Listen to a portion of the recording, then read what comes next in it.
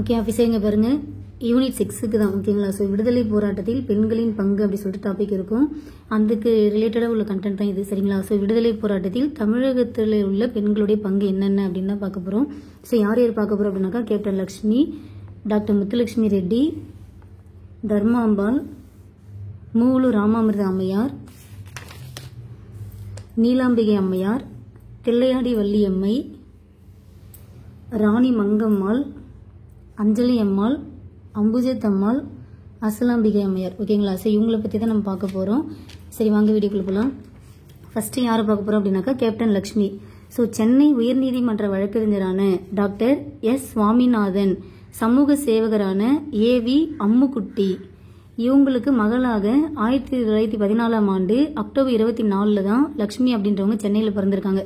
So இவங்க அப்பா அம்மா பேர்லாம் தெரிஞ்சுக்கணுமா மேம் அப்படின்னாக்கா கண்டிப்பாக தெரிஞ்சுக்கோங்க சரிங்களா. ஏன்னா பெண்கள் ரிலேட்டடாக நமக்கு கொஸ்டின் வந்து எப்படி வேணால் என்ன கண்டென்ட் வேணாலும் கேட்கறதுக்கு வாய்ப்புகள் நிறையவே இருக்குது. ஸோ அவங்க அப்பா பேர் என்ன அப்படின்னாக்கா எஸ் சுவாமிநாதன். லக்ஷ்மியோட அப்பா பேர் என்ன சுவாமிநாதன், அம்மா பேர் என்ன அப்படின்னாக்கா ஏவி அம்முக்குட்டி. இவங்களுக்கு மகளாக தான் இப்போ பிறந்திருக்காங்க. 1914 அக்டோபர் 24 பிறந்திருக்காங்க ஓகேங்களா. 1914 அக்டோபர் 24 பிறந்திருக்காங்க. எங்கே பிறந்திருக்காங்க அப்படின்னாக்கா இவங்களுடைய பிறந்த இடம் அப்படின்றது சென்னையில் தான் பிறந்திருக்காங்க சரிங்களா.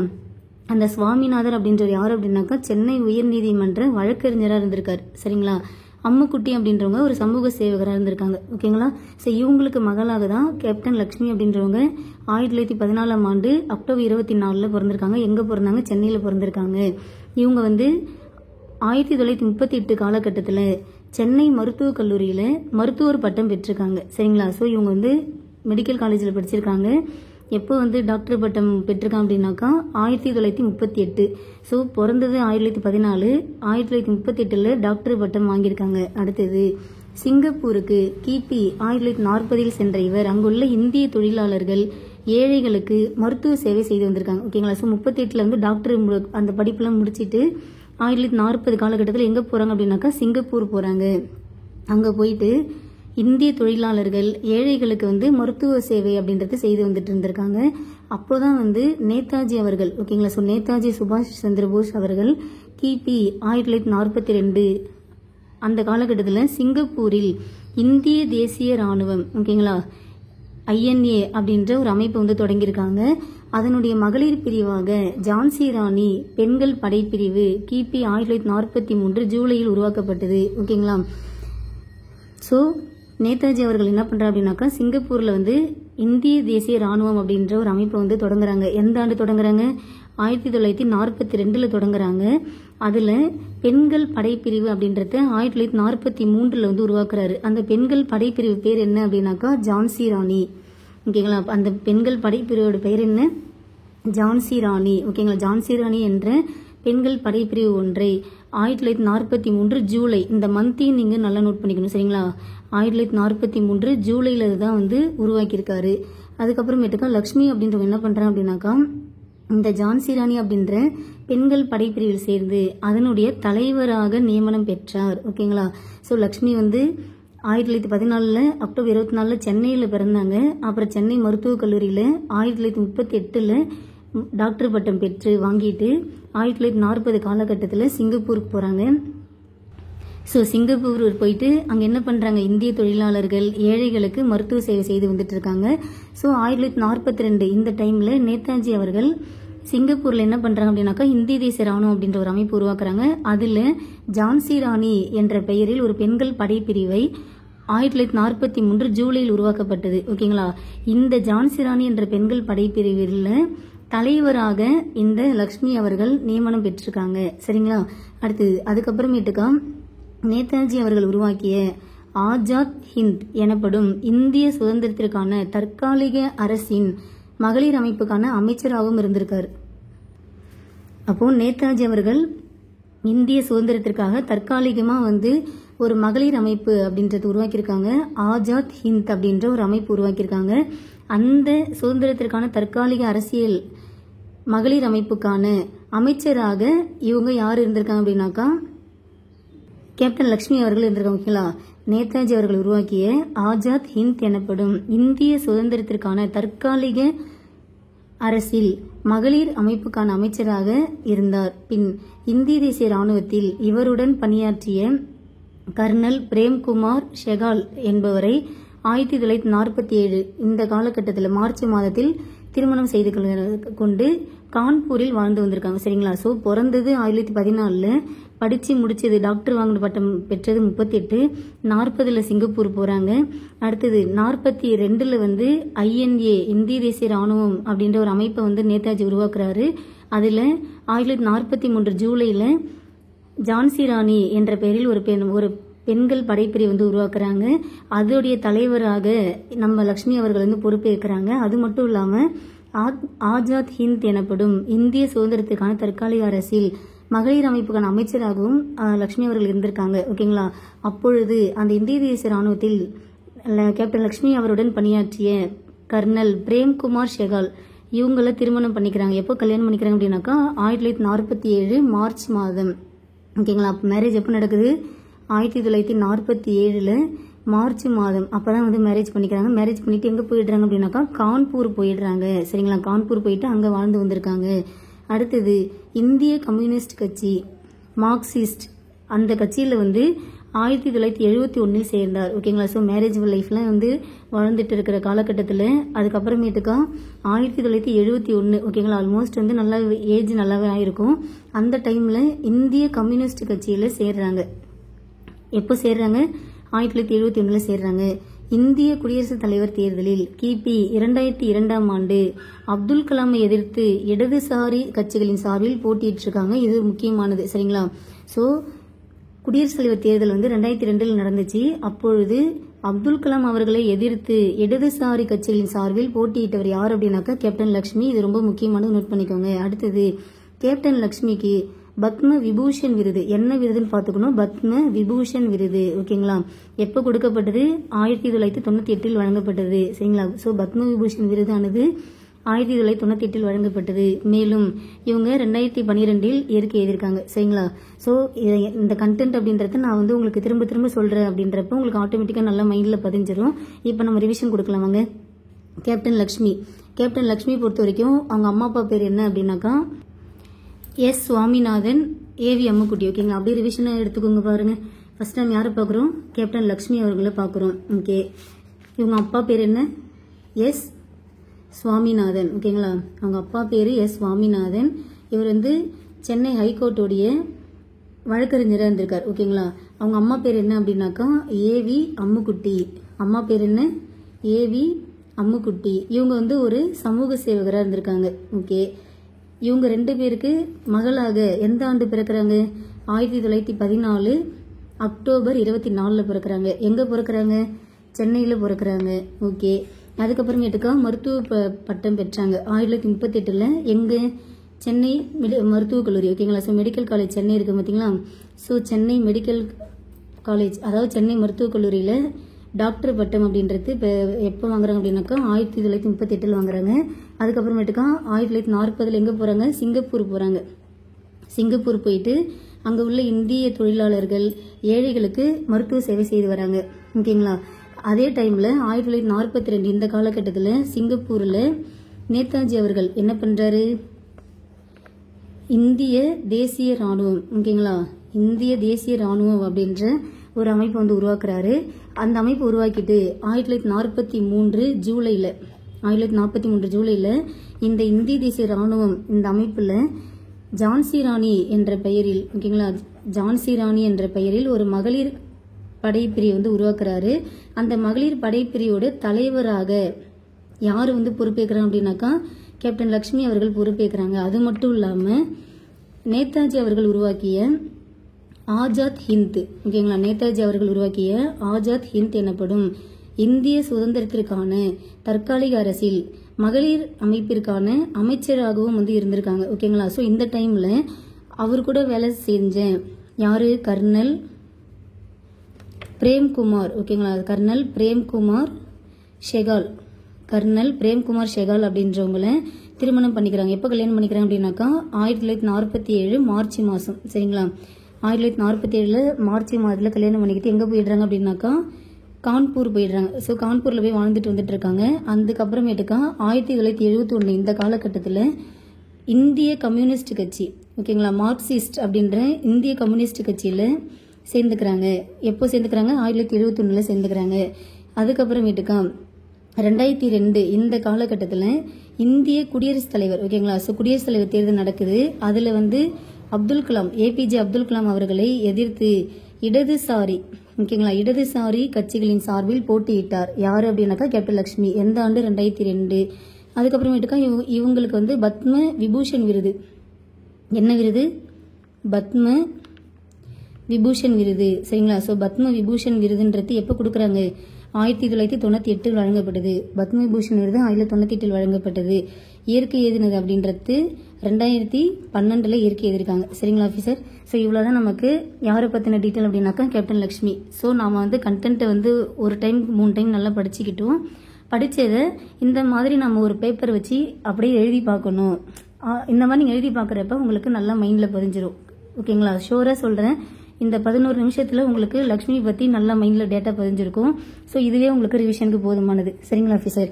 ஓகே, நெக்ஸ்ட் யாரை பார்க்க போகிறோம் அப்படின்னாக்கா டாக்டர் முத்துலட்சுமி. இப்போ லக்ஷ்மி கம்ப்ளீட் பண்ணியாச்சு, அடுத்து முத்துலட்சுமி அவங்களை பார்க்கலாம் வாங்க. டாக்டர் முத்துலட்சுமி ரெட்டி அவர்கள் புதுக்கோட்டையில் பிறந்தாங்க. எப்போ பிறந்தாங்க அப்படின்னாக்கா ஜூலை 30 கிபி 1886 பிறந்திருக்காங்க. இவங்க தான் வந்து இந்தியாவின் முதல் பெண் மருத்துவர் ஆவார். ஸோ இந்தியாவின் முதல் பெண் மருத்துவராக டாக்டர் முத்துலட்சுமி ரெட்டி இருந்திருக்காங்க. இவரது தங்கை புற்றுநோயால் பாதிக்கப்பட்டு கிபி 1923 இந்த காலகட்டத்தில் இறக்க நேர்ந்தது. அதனால புற்றுநோய் அப்படின்றத அடியோடு ஒழிக்கணும் என்று சபதம் மேற்கொண்டு புற்றுநோய் நிவாரண மருத்துவமனையை 1949 ஸ்டார்ட் பண்றாங்க. இவங்களது சீரிய முயற்சியின் காரணமாக சென்னை அடையாறு புற்றுநோய் ஆராய்ச்சி நிறுவனம் தோற்றுவிக்கப்பட்டது. அப்போ சென்னை அடையாறு புற்றுநோய் ஆராய்ச்சி நிறுவனம் யாரால் தோற்றுவிக்கப்பட்டது அப்படின்னாக்கா டாக்டர் முத்துலட்சுமி ரெட்டி. இதற்கான அடிக்கல்லை அன்றைய இந்திய பிரதமராக இருந்த யார் அப்படின்னாக்கா ஜவஹர்லால் நேரு, அவர் தான் வந்து நாட்டியிருப்பாரு. டாக்டர் முத்துலட்சுமி அவர்கள் மருத்துவம் மட்டுமல்லாமல் அரசியல் சமூக சீர்திருத்தங்களிலும் ஆர்வம் கொண்டிருந்திருக்காங்க. தமிழ்நாட்டில் நிலவிய கொடிய நடைமுறையான தேவதாசி என்ற முறையை ஒழிப்பதற்கென தன்னுடைய வாழ்நாள் முழுவதையும் அர்ப்பணித்தார். இந்த பாயிண்ட் அப்படியே மைண்டில் வச்சுக்கோங்க. ஸோ தமிழ்நாட்டில் நிலவிய கொடிய நடைமுறையான தேவதாசி என்ற முறையை ஒழிப்பதற்கு தன்னுடைய வாழ்நாள் முழுவதையும் அர்ப்பணித்தவர் யார் அப்படின்னாக்கா டாக்டர் முத்துலட்சுமி ரெட்டி அவர்கள். தேவதாசி முறை ஒழிப்பில் இவர் கொண்டிருந்த ஈடுபாட்டின் காரணமாக தமிழக சட்டமன்ற மேலவை உறுப்பினர், ஓகேங்களா, என்ன உறுப்பினர்? மேலவை உறுப்பினராக 1929 நியமனம் செய்யப்பட்டார். இவரது முயற்சியின் விளைவாக நீதி கட்சி அரசாங்கமானது தேவதாசி முறை ஒழிப்பு சட்டத்தை நிறைவேற்றியது. அனைத்திந்திய பெண்கள் மாநாட்டை 1930 ஆண்டு பூனாவில் நடத்தினார், ஓகேங்களா. ஸோ அனைத்திந்திய பெண்கள் மாநாடு எந்த ஆண்டு நடத்தப்பட்டது? 1930. எங்கு நடத்தப்பட்டது? பூனாவில் நடத்தப்பட்டது. இந்திய மாதர் சங்க தலைவியாக இடையில் 2 வருடங்கள் தவிர தொடர்ந்து 1933 முதல் 47 வரைக்கும் இருந்திருக்காங்க, சரிங்களா. ஸோ இந்திய மாதர்னா பெண்கள், ஸோ பெண்கள் சங்க தலைவியாக கிட்டத்தட்ட வந்து 33லேருந்து 47 வரைக்கும், ஸோ நடுவில் 2 வருஷங்கள் தவிர 33லேருந்து 47 வரைக்கும் வந்து இருந்திருக்கிறதா சொல்லியிருக்காங்க. ஆதரவற்றோருக்கு மறுவாழ்வு தரும் பொருட்டு அவ்வை இல்லம் அப்படின்ற ஒரு அடைக்கல நிலையத்தை எங்க தொடங்கியிருக்காங்கனாக்கா பெசன் நகர்ல ஸ்டார்ட் பண்ணியிருப்பாங்க. இவங்க தன்னுடைய 82வது வயதில், ஓகேங்களா, 82வது அகவையில் 1968 ஆண்டு இயற்கை எழுதியிருப்பாங்க. ஸோ இவ்வளோதான் வந்து இவங்களை பற்றின கண்டென்ட்டு. ஸோ இது மட்டும் இல்லாமல் நமக்கு நான் உங்களுக்கு அந்த தமிழக மகளிர் சிறப்பு அப்படின்ற ஒரு வீடியோ வந்து லிங்க் நான் டெலிகிராமில் ஷேர் பண்ணியிருந்திருப்பேன். அந்த வீடியோவில் நீங்கள் பார்த்துருப்பேன். அதில் வந்து நான் நியூ புக் ரிலேட்டடாக 9th நியூ புக்கில் முத்துலட்சுமி பற்றி இம்பார்ட்டன்ட் பாக்ஸ் டேட்டாக இருக்கும். ஸோ அதையும் நீங்கள் எக்ஸ்ட்ரா எடுத்துக்கணும், சரிங்களா. ஸோ இது வந்து அந்த கண்டென்ட் இல்லாமல் எக்ஸ்ட்ரா கொடுக்குற கண்டென்ட் இது, சரிங்களா. ஸோ இதை தாண்டி இன்னும் எக்ஸ்ட்ரா நோட்ஸ் கிடைச்சாலும் உங்களுக்கு அடுத்தடுத்த வீடியோ உங்களுக்கு ஷேர் பண்ணுறேன், சரிங்களா. ஸோ இப்போதைக்கு இந்த நோட்ஸை நீங்கள் மைண்டில் ஸ்டோர் பண்ணிக்கோங்க, ஓகேங்களா officer. Okay, so Muthulakshmi Reddy பொறுத்த வரைக்கும் எங்கே பிறந்தாங்க? புதுக்கோட்டை. எப்போ பிறந்தாங்க? 1886 ஜூலை 30 பிறந்தாங்க. இவங்க தான் வந்து இந்தியாவின் முதல் பெண் மருத்துவர். இவங்களோட தங்கை புற்றுநோயால் பாதிக்கப்பட்டிருப்பாங்க. பாதிக்கப்பட்டு 1923 வந்து இறந்திருப்பாங்க. இதனால புற்றுநோய் அப்படின்றத அடியோடு ஒழிக்கணும் அப்படின்ற மாதிரி முடிவு பண்ணி புற்றுநோய் நிவாரண மருத்துவமனை வந்து 1949 தொடங்கியிருப்பாங்க. இவங்களுடைய முயற்சியின் காரணமாக தான் சென்னை அடையாறு புற்றுநோய் ஆராய்ச்சி நிறுவனம் அப்படின்றது தோற்றுவிக்கப்பட்டது. இதற்கான அடிக்கல்ல வந்து யார் வந்து நாட்டினார் அப்படின்னாக்கா அப்போது இந்திய பிரதமராக இருந்த ஜவஹர்லால் நேரு, ஓகேங்களா. இவங்க வந்து மருத்துவம் மட்டும்தானா அப்படின்னாக்கா அதை தாண்டி அரசியல், சமூக சீர்திருத்தம் இந்த மாதிரி எல்லாத்துலேயுமே ஆர்வம் கொண்டிருந்திருக்காங்க. அப்புறம் அது எல்லாத்தையும் தாண்டி இவங்களை பற்றி முக்கியமான கண்டென்ட் என்ன அப்படின்னாக்கா தேவதாசி அப்படின்ற ஒரு முறையை வந்து ஒழிக்கணும் அப்படின்னு சொல்லிட்டு தன் வாழ்நாள் முழுவதும் அர்ப்பணிச்சிருப்பாங்க. ஓகேங்களா? ஸோ இவங்க வந்து இந்த மாதிரிலாம் வந்து இந்த தேவதாசி முறை ஒழிப்பில் கொண்ட இந்த ஈடுபாட்டின் காரணமாக தமிழக சட்டமன்ற மேலவை உறுப்பினராக 1929 பணி நியமனம் செய்யப்பட்டிருக்காங்க. ஓகேங்களா? ஸோ இவரது முயற்சியின் விளைவாக நீதி கட்சி அப்படின்றது தேவதாசி முறை ஒழிப்பு சட்டத்தை நிறைவேற்றியது. ஓகேங்களா? ஏன்னா அந்த டைமில் நீதி கட்சி தான் வந்து ஆட்சியில் இருந்திருப்பாங்க. சரிங்களா? அவங்க தான் வந்து இந்த தேவதாசி அப்படின்ற ஒழிப்பு சட்டத்தை நிறைவேற்றியிருப்பாங்க. ஓகேங்களா? அது மட்டும் இல்லாமல் அனைத்து இந்திய பெண்கள் மாநாடு அப்படின்றத 1930 பூனாவில் நடத்தப்பட்டது. யார் நடத்தினா முத்துலட்சுமி ரெட்டி அவர் நடத்தியிருப்பாங்க. என்ன நடத்தியிருப்பாங்க? அனைத்து இந்திய பெண்கள் மாநாடு எந்த ஆண்டு? 1930 எங்கு நடத்தியிருப்பாங்க? பூனாவில் நடத்தியிருப்பாங்க. இவங்க இந்திய பெண்கள் அதாவது மாதர் சங்க தலைவியாக இடையில் 2 வருடங்கள் தவிர தொடர்ந்து 1933 முதல் 47 வரைக்கும் வந்து இருந்திருப்பாங்க. ஆதரவற்றோருக்கு மறுவாழ்வு தரும் பொருட்டு அவ்வை இல்லம் என்ற ஒரு அடைக்கல நிலையத்தையும் வந்து எங்கே ஸ்டார்ட் பண்ணியிருப்பாங்க? பெசன்ட் நகரில் ஸ்டார்ட் பண்ணியிருப்பாங்க. அதுக்கப்புறமேட்டுக்கா தன்னுடைய 82வது அகவையில் 1968 இயற்கை எழுதியிருப்பாங்க. சரிங்களா? ஸோ ஓகே, இவங்களை பற்றி நம்ம அப்படியே ஒரு ரிவிஷனாக எடுத்துடலாமா? ஓகே, அப்படியே பாருங்கள். யார் பார்க்குறோம் அப்படின்னாக்கா செகண்டாக நம்ம வந்து பார்க்குறது முத்துலட்சுமி ரெட்டி. ஓகேங்களா? ஓகே, இவங்க வந்து எங்கே பிறந்தாங்க? புதுக்கோட்டையில் பிறந்தாங்க. முத்துலட்சுமி ரெட்டி அவர்கள் பிறந்தது புதுக்கோட்டையில் பிறந்தாங்க. எப்போ பிறந்தாங்க? ஜூலை 30. ஓகேங்களா? ஜூலை 30 1886. ஜூலை 30 பிறந்திருப்பாங்க. 1886 பிறந்திருப்பாங்க. ஓகேங்களா? ஸோ இவங்களை பற்றி இம்பார்ட்டன்ட் அப்படின்னாக்கா இந்தியாவின் முதல் பெண் மருத்துவர் யார் அப்படின்னாக்கா இவங்க தான். அடுத்தது தேவதாசி முறை ஒழிப்பிற்காக தன் வாழ்நாள் முழுவதும் அர்ப்பணித்தவர் யார் அப்படின்னாக்கா இந்த முத்துலட்சுமி ரெட்டி அவர்கள் தான். ஓகேங்களா? அடுத்தது பெசன்ட் நகரில், ஓகேங்களா, எங்க பெசன்ட் நகரில் அவ்வை இல்லம். ஓகேங்களா? பெசன்ட் நகரில் வந்து அவ்வை இல்லம் அப்படின்ற ஒரு ஆதரவற்றோருக்கு மறுவாழ்வு தரும் பொருட்டு ஒரு அடைக்கல நிலையத்தை தொடங்கியிருப்பாங்க. ஓகேங்களா? யாருக்கு அப்படின்னாக்கா ஆதரவற்றோருக்கு. ஓகேங்களா? ஸோ ஒரு மறுவாழ்வு தரும் பொருட்டு அவ்வை இல்லம் அப்படின்றது பெசன்ட் நகரில் தொடங்கியிருப்பாங்க. அது மட்டும் இல்லாமல் சென்னை அடையாறில், ஓகேங்களா, அடையாறில் புற்றுநோய் ஆராய்ச்சி நிறுவனம். சரிங்களா? அடையாறில் என்ன தொடங்கியிருப்பாங்க அப்படின்னாக்கா புற்றுநோய் ஆராய்ச்சி நிறுவனம். சரிங்களா? அடையாறில் புற்றுநோய் ஆராய்ச்சி நிறுவனம் அப்படின்றத தொடங்கியிருப்பாங்க. சரிங்களா? புற்றுநோய் நிவாரண மருத்துவமனை எந்த ஆண்டு அப்படின்னாக்கா 1949. ஓகேங்களா? புற்றுநோய் நிவாரண மருத்துவமனை அப்படின்றது 1949 தொடங்கியிருப்பாங்க. இந்த சென்னை அடையாறில் புற்றுநோய் ஆராய்ச்சி நிறுவனம் இதற்கான அடிக்கல் நாட்டின யார் அப்படின்னாக்கா அப்போதைய பிரதமராக இருந்து நேரு அவர்கள் தான் வந்து அடிக்கல் நாட்டி இருப்பதாக பார்த்துருப்போம். இவங்க வந்து அரசியல் மட்டும் இல்லாமல், அதாவது மருத்துவம் மட்டும் இல்லாமல் அரசியல், சமூக சீர்திருத்தம் இந்த மாதிரி எல்லா விஷயத்துலையுமே வந்து ஈடுபாடு கொண்டிருந்திருக்காங்க. ஓகேங்களா? அடுத்தது அனைத்து இந்திய பெண்கள் மாநாடு. அனைத்து இந்திய பெண்கள் மாநாடு அப்படின்றது 1930 எங்கே நடத்தியிருப்பாங்க? பூனாவில் நடத்தியிருப்பாங்க. அனைத்து இந்திய பெண்கள் மாநாடு 1930 பூனாவில் நடத்தியிருப்பாங்க. இவங்க வந்து கிட்டத்தட்ட வந்து 1933 47 வரைக்கும், நடுவில் ஒரு 2 வருஷம் மட்டும் இருக்க மாட்டாங்க. இவ்வளோ காலம் வந்து என்ன பண்ணியிருப்பாங்க அப்படின்னாக்கா இந்திய பெண்கள் அதாவது மாதர் சங்க தலைவியாக வந்து இருந்திருப்பாங்க. ஓகேங்களா? யார் அப்படின்னாக்கா முத்துலட்சுமி ரெட்டி தான். ஓகேங்களா ஆஃபீஸர்? அதுக்கப்புறமேட்டுக்கா தன்னுடைய 82வது அகவையில் 1968 இயற்கை எழுதியிருப்பாங்க. ஸோ பிறந்தது 86, இயற்கை எழுதினது பார்த்தீங்கன்னாக்கா 1968 வந்து இயற்கை எழுதியிருப்பாங்க. தன்னுடைய 82வது அகவையில் இயற்கை எழுதியிருப்பாங்க.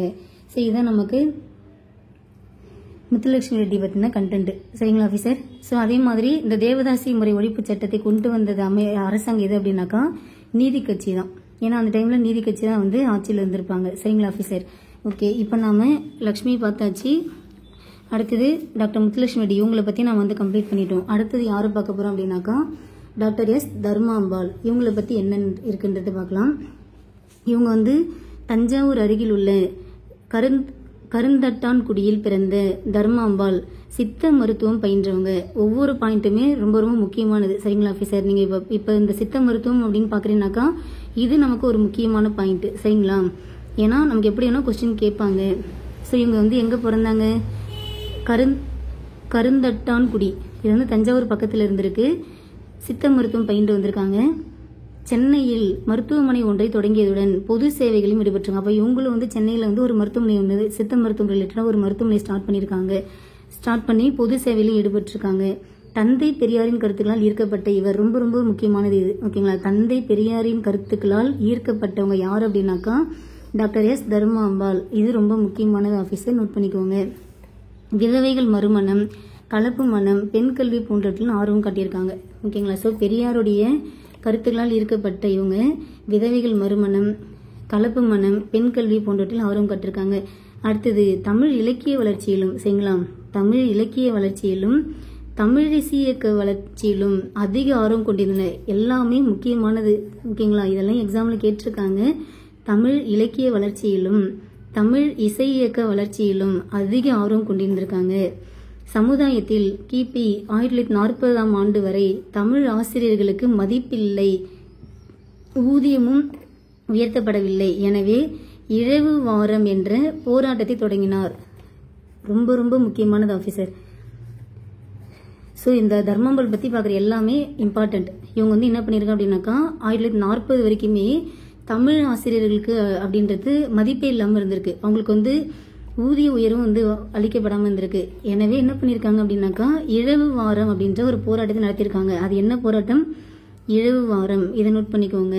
அடுத்தது கல்வி அமைச்சராக அப்பொழுது இருந்த அவினாசி லிங்கம் செட்டியார் பிற ஆசிரியர்களுக்கு இணையான ஊதியத்தை தமிழ் ஆசிரியர்களுக்கும் வழங்குமாறு உத்தரவிட்டார். ஓகேங்களா, ஸோ இவங்க வந்து இந்த மாதிரி போராட்டம் நடத்திட்டு இருக்கிறப்ப அப்பொழுது கல்வி அமைச்சர் யார் இருந்திருக்காரு அப்படின்னாக்கா அவினாசி லிங்கம். இதையும் நோட் பண்ணிக்கோங்க. யார் அப்படின்னாக்கா அவினாசி லிங்கம். சரிங்களா, அப்பொழுது கல்வி அமைச்சராக இருந்த அவினாசி லிங்கம் அவர்கள் பிற ஆசிரியர்களுக்கு அதாவது எப்படி மற்ற ஆசிரியர்களும் நீங்கள் வந்து ஊதிய உயர்வு பண்ணுறீங்களோ அந்த மாதிரி அதற்கு இணையான ஊதியத்தையும் தமிழ் ஆசிரியர்களுக்கும் வழங்கப்பட வேண்டும் சொல்லிட்டு உத்தரவிட்டிருப்பாரு. ஏன்னா தர்மாம்பாள் நடத்திய இழவு வாரம் என்ற போராட்டத்தின் விளைவு தான் இதற்கான காரணமே. தமிழ் மொழிக்கும் தமிழ் இலக்கியத்திற்கும் இவர் ஆற்றிய சேவைகளை பாராட்டி இவருக்கு வீர தமிழன்னை என்ற பட்டம் வழங்கப்பட்டது. ரொம்ப ரொம்ப முக்கியமானது. ஸோ வீர தமிழன்னை என்ற பட்டம் பெற்றவங்க யார் அப்படின்னாக்கா டாக்டர் எஸ் தர்மாம்பாள். எதற்காக கொடுத்துருக்காங்க? இவங்க வந்து தமிழ் மொழிக்கும் தமிழ் இலக்கியத்திற்கும் ஆற்றிய சேவைகளை பாராட்டி வீர தமிழன்னை என்ற பட்டம் வழங்கப்பட்டது. இந்திய எதிர்ப்பு போராட்டத்தில் ஈடுபட்டு பலமுறை சிறை சென்றிருக்காங்க. ஓகேங்களா, இவங்க வந்து இந்திய எதிர்ப்பு போராட்டத்திலையும் வந்து ஈடுபட்டிருக்காங்க.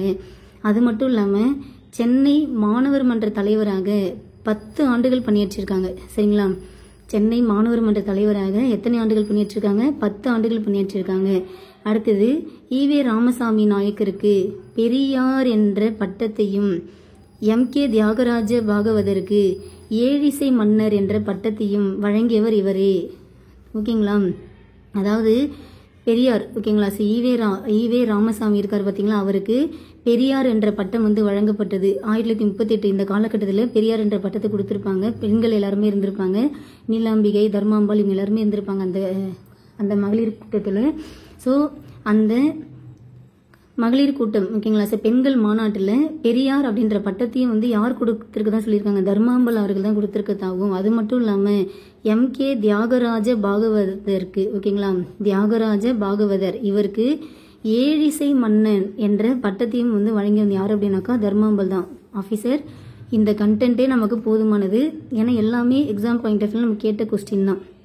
ஓகேங்களா, இதுவே நமக்கு போதுமான ஒரு கண்டென்ட் தான். தர்மாம்பாள் அம்மையார் அவர்கள் 1959 தனது 69வது அகவையில் இயற்கை எதிர்ப்பாங்க. ஓகேங்களா, ஸோ ஒரு பாயிண்ட் கூட நம்மளால வந்து விட முடியல. தெரியுதுங்களா, எல்லாமே அண்டர்லைன் பண்ணி எல்லாமே நம்ம நோட் பண்ணுற மாதிரி தான் இருக்குது. அப்போ இதுவே நமக்கு எக்ஸாம் பாயிண்ட் ஆஃப் வியூவில் போதுமான ஒரு கண்டென்ட் தான். ஓகேங்களா, ஓகே, இன்னொரு படிச்சுட்டு நம்ம ரிவிஷன் கொடுக்கலாமா? ஸோ தர்மாம்பாள் பொறுத்த வரைக்கும் எங்கே பிறந்தாங்க? தஞ்சாவூர் பக்கத்தில் கருந்தட்டான்குடி.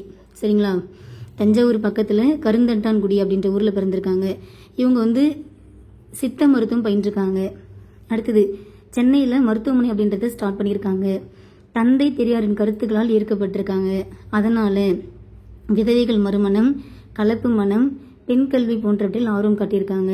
அடுத்தது தமிழ் இலக்கிய வளர்ச்சியிலும் தமிழிசை இயக்க வளர்ச்சியிலும் அதிக ஆர்வம் கொண்டிருக்காங்க.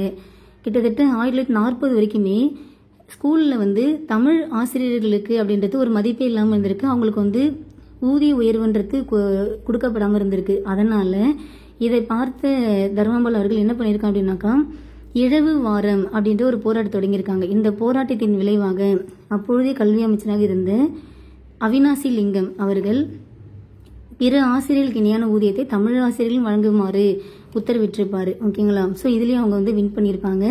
அது மட்டும் இல்லாமல் இவங்க வந்து தமிழ் மொழிக்கும் தமிழ் இலக்கியத்திற்கும் ஆற்றிய சேவைகளை பாராட்டி வீர தமிழன்னை என்ற பட்டமானது வழங்கப்பட்டது. இவங்க இந்திய எதிர்ப்பு போராட்டத்தில் பங்கேற்றிருக்காங்க. சென்னை மாணவர் மன்ற தலைவராக 10 ஆண்டுகள் பணியாற்றியிருக்காங்க. அடுத்தது இவங்க தான் வந்து பெரியார் என்ற பட்டத்தையும், அதாவது ஈவேரா அவர்களுக்கு பெரியார் என்ற பட்டத்தையும், தியாகராஜ பாகவதற்கு ஏழிசை மன்னர் என்ற பட்டத்தையும் வழங்கியிருக்காங்க.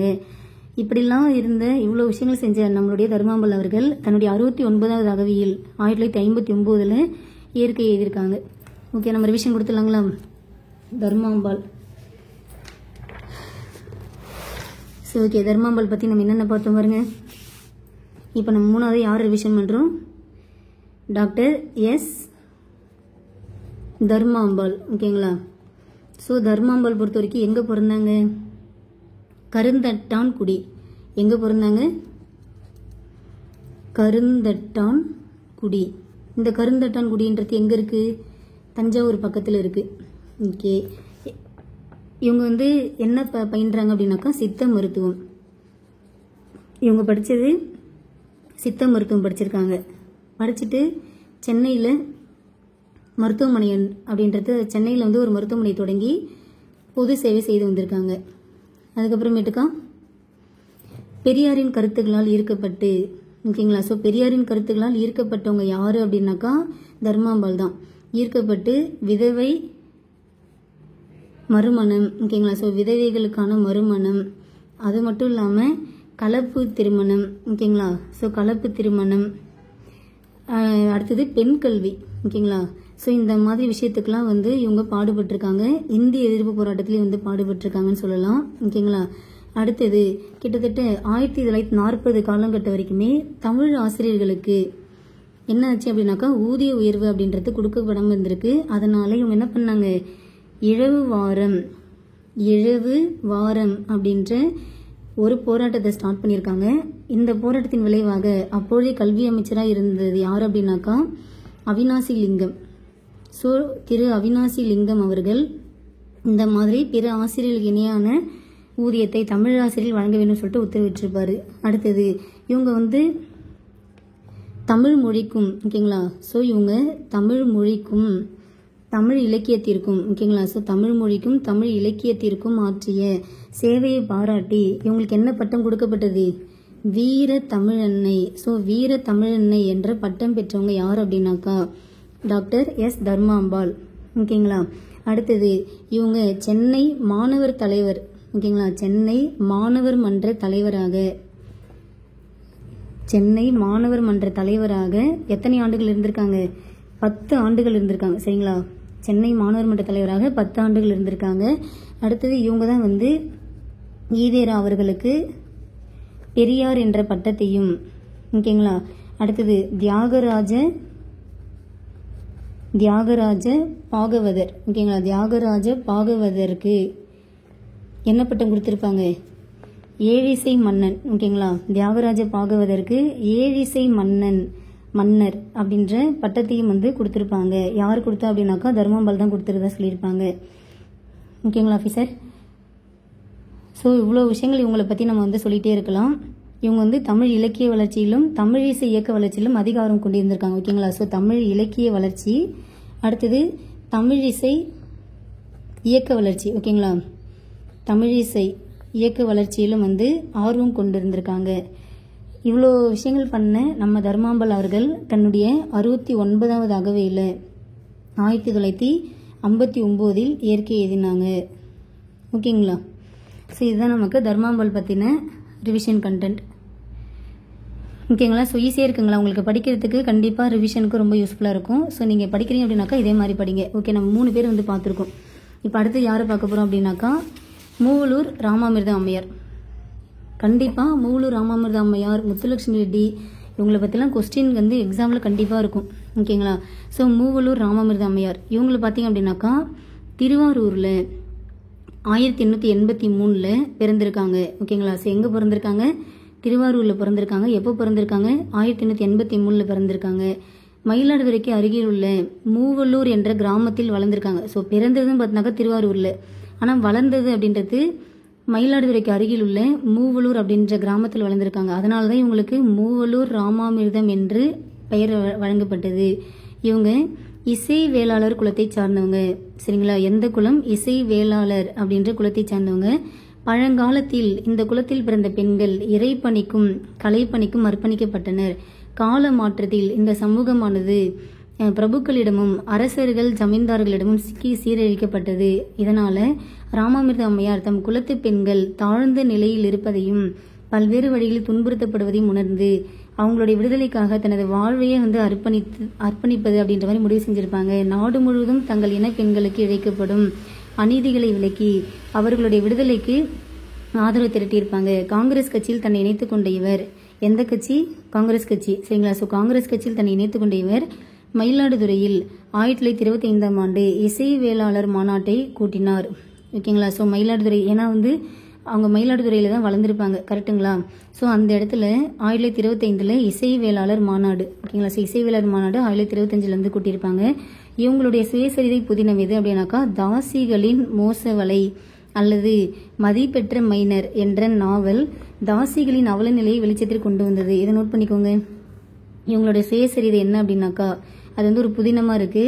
தாசிகளின் மோசவலைன்னு சொல்லலாம், அல்லது மதிப்பெற்ற மைனர். ஓகேங்களா? தாசிகளின் மோசவலை அல்லது மதிப்பெற்ற மைனர் என்ற நாவலானது இந்த தாசிகளுடைய அவநிலையை வெளிச்சத்தில் கொண்டு வந்தது. தேவதாசி முறைக்கு எதிரான இவருடைய போராட்டமானது தமிழக பெண்களை மட்டுமின்றி தேசிய அளவிலும் பெண்கள் வெளிப்படை செய்வதற்கு உறுதுணையாக அமைந்தது. தேசிய இயக்கத்திலும் சமூக சீர்திருத்த பணிகளிலும் தன்னை இணைத்துக் கொண்ட அம்மையார் அவர்கள் பெரும் எண்ணிக்கையிலான பெண்கள் தேசிய இயக்கத்தில் ஈடுபடுவதற்கு உத்வேகம் அளிப்பவராக இருந்திருக்காங்க. இவங்க 1962 ஜூன் 27 இயற்கை எழுதியிருக்காங்க. ஸோ மூவலூர் ராமாமிர்தம் பொறுத்த வரைக்கும் இவங்க நினைவாக திருமண உதவி திட்டம் கொடுத்துட்டு இருந்தாங்க. இப்போ ஸ்டாப் பண்ணிட்டாங்க. ஓகேங்களா? ஸோ இவங்களோடது அரிய உழைப்பையும் தியாகத்தையும் போற்றும் வகையில் தமிழக அரசு என்ன பண்ணாங்க அப்படின்னாக்கா ஏழை பெண்களுக்கு திருமண நிதி உதவி அளிக்கும் ஒரு சமூக திட்டத்தை 1989 ஏற்படுத்தி அதற்கு மூவலூர் ராமாமிர்தம் அம்மையார் நினைவு திருமண உதவி திட்டம் என்று பெயரிட்டு கௌரவித்தது. ஸோ இதுதான் தற்போது என்னவா இது பண்ணிட்டாங்க, உயர்கல்வி திட்டம். இந்த மூவலூர் ராமாமிர்தம் திருமண உதவி திட்டம் அப்படின்றது உயர்கல்வி திட்டம் அப்படின்ற மாதிரி எப்போ கொண்டு வந்தாங்க அப்படின்னாக்கா செப்டம்பர் 5 2022 கொண்டு வந்திருப்பாங்க. ஓகேங்களா? அதாவது உயர்கல்வி படிக்கும் மாணவர்களுக்கு மாதந்தோறும் 1000 ரூபாய் வங்கியில் வழங்கப்படும் அப்படின்ற மாதிரி அறிவிச்சிட்டாங்க. ஸோ மூவலூர் ராமாமிர்தம் அம்மை நினைவு திருமண உதவி திட்டம் அப்படின்றது மூவலூர் ராமாமிர்தம் அப்படின்றது எடுத்துட்டு உயர்கல்வி திட்டமாக மாற்றி தற்போது இந்த மாதிரி கொண்டு வந்தாங்க. ஸோ இது இந்த திட்டம்ன்றது இப்போ நடைமுறையில் இல்லை. ஓகேங்களா ஆஃபீஸர்? ஸோ இதுதான். ஸோ இவங்களை பற்றி நம்ம என்னென்ன தெரிஞ்சுக்கணும் அப்படின்னாக்கா இவங்க எங்கே பிறந்தாங்க?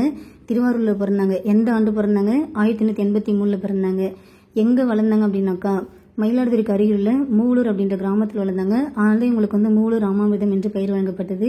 இவங்க இசை வேளாளர் குலத்தை சார்ந்தவங்க. ஸோ இந்த குலத்தை சார்ந்த பெண்கள் பொறுத்த வரைக்கும் பார்த்தீங்கன்னாக்கா அந்த காலத்தில் அந்த சமூகத்தில் இருந்த பிரபுக்கள் அரசர்கள் ஜமீன்தாரிடம் சிக்கி சீரழிக்கப்பட்டனர். ஓகேங்களா? ஸோ அந்த குலத்து பெண்கள் தாழ்ந்த நிலையில் இருப்பதையும் பல்வேறு வழியில் துன்புறுத்தப்படுவதையும் உணர்ந்த இவர் அவங்கள எப்படியாவது விடுதலைக்கு அவங்களுக்கான ஒரு விடுதலைக்காக தன் வாழ்வை அர்ப்பணிப்பதுன்னு சொல்லிட்டு முடிவு செஞ்சு என்ன பண்ணியிருப்பான் அப்படின்னாக்கா சுயசரிதை புதினமான தாசிகளின் மோசவலை அல்லது மதிப்பெற்ற மைனர் அப்படின்ற நாவல்லாம் எழுதி தாசிகளின் அவல நிலையெல்லாம் வெளிச்சத்துக்கு கொண்டு வந்திருப்பாங்க. அப்புறம் காங்கிரஸ் கட்சியில் தன்னை இணைத்துக் கொண்டாங்க. மயிலாடுதுறையில் 1925 இசை வேளாளர் மாநாட்டை கூட்டியிருப்பாங்க. சரிங்களா? So 1962 June 27 மறைந்திருப்பாங்க. இப்போ நாம மூவலூர் ராமாமிர்தம் பொறுத்த வரைக்கும் திருமண உதவி திட்டம் 1989. சரிங்களா? ஓகே. இப்போ நம்ம 4வது யார் பார்க்க போறோம் அப்படின்னாக்கா மூவலூர் ராமாமிர்தம் அம்மையார். ஸோ மூவலூர் ராமாமிர்தம் அம்மையார் பொறுத்த வரைக்கும் எங்கே பிறந்தாங்க? திருவாரூரில் பிறந்தாங்க.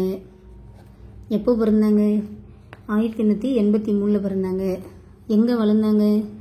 மயிலாடுதுறைக்கு அருகில் உள்ள மூவலூர் அப்படின்ற கிராமத்தில் வளர்ந்தாங்க. அதனால தான் இவங்க பேர் மூவலூர் ராமாமிர்தம் சொல்லிட்டு வழங்கப்பட்டாங்க. இவங்க இசை வேளாளர் குலத்தை சார்ந்தவங்க. இசை வேளாளர் மாநாடு அப்படின்றத இசை வேளாளர் மாநாடு மயிலாடுதுறையில் நடத்துகிறாங்க. எங்கே நடத்துகிறாங்க? மயிலாடுதுறையில் நடத்துகிறாங்க. எந்த ஆண்டு நடத்துகிறாங்க அப்படின்னாக்கா 1925 நடத்துகிறாங்க. இவங்க வந்து காங்கிரஸ் கட்சியில் வந்து இணைந்து கொண்டாங்க. எந்த கட்சி? காங்கிரஸ் கட்சியில் வந்து இணைந்து கொண்டார்.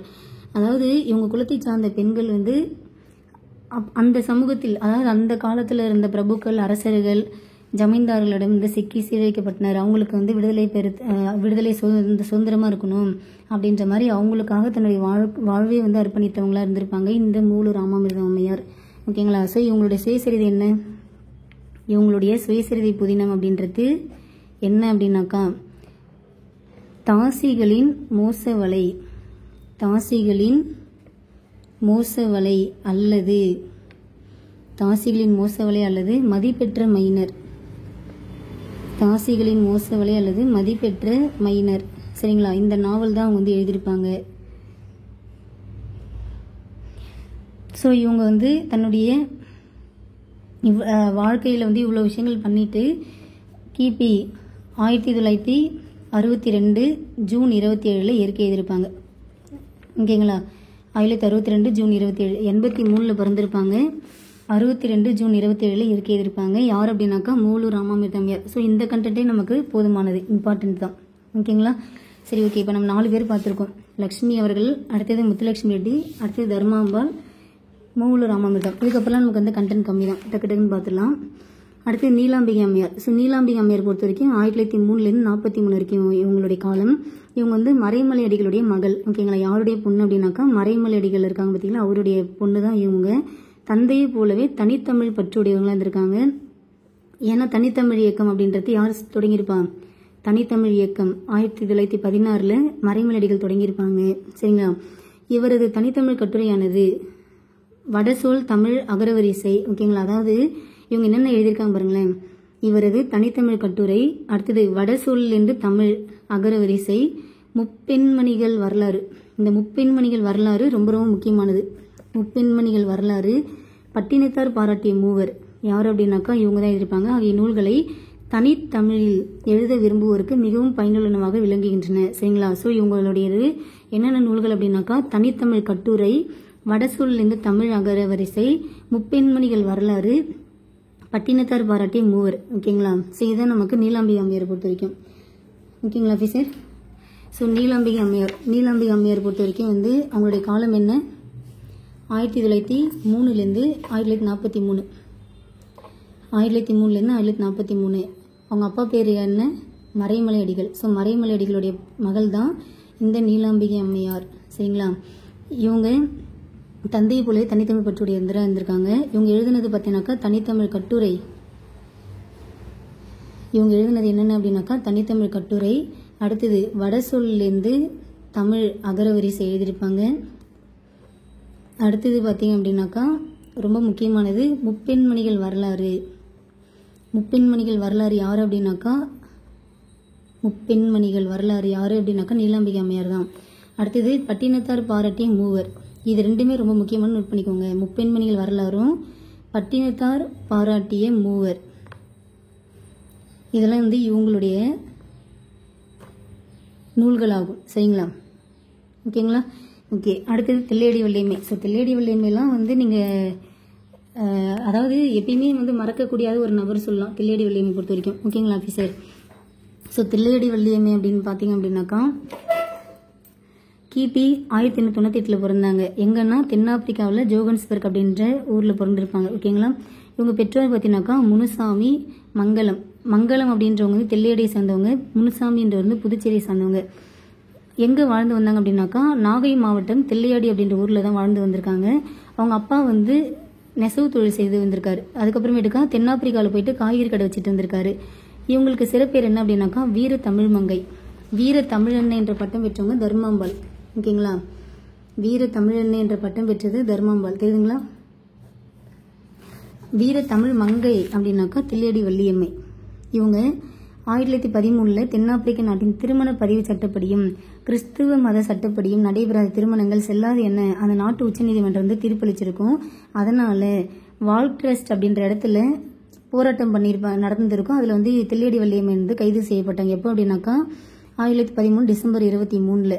அதுக்கப்புறமேட்டுக்கா 1914 பிப்ரவரி 22 தன்னுடைய 16வது அகவையில் 3 மாத கடுங்காவல் தண்டனை அப்படின்றது இவங்களுக்கு வந்து கொடுத்துருப்பாங்க. அதன் காரணமாக வள்ளியம்மை மரணம் அடைஞ்சாங்க. ஓகேங்களா. எப்போ 1914 பிப்ரவரி 22. நம்பிக்கைதான் அவரது ஆயுதம் என்று வள்ளியம்மை குறித்து காந்தியடிகள் தன்னுடைய இந்தியன் ஒப்பீனியன் அப்படின்ற பத்திரிகைகள் குறிப்பிட்டிருப்பாங்க. அது மட்டும் இல்லாமல் என்னுடைய சகோதரின் மரணத்தை விடவும் வள்ளியம்மையின் மரணம் எனக்கு பேரிடியாக இருந்தது என்றும் தென்னாப்பிரிக்க வரலாற்றில் வள்ளியம்மையின் பெயர் என்றும் நிலைத்து நிற்கும் என்றும் தனது தென்னிந்தியாவின் சத்தியாகிரகம் என்ற நூலில் காந்தியடிகள் குறிப்பிட்டிருக்காங்க.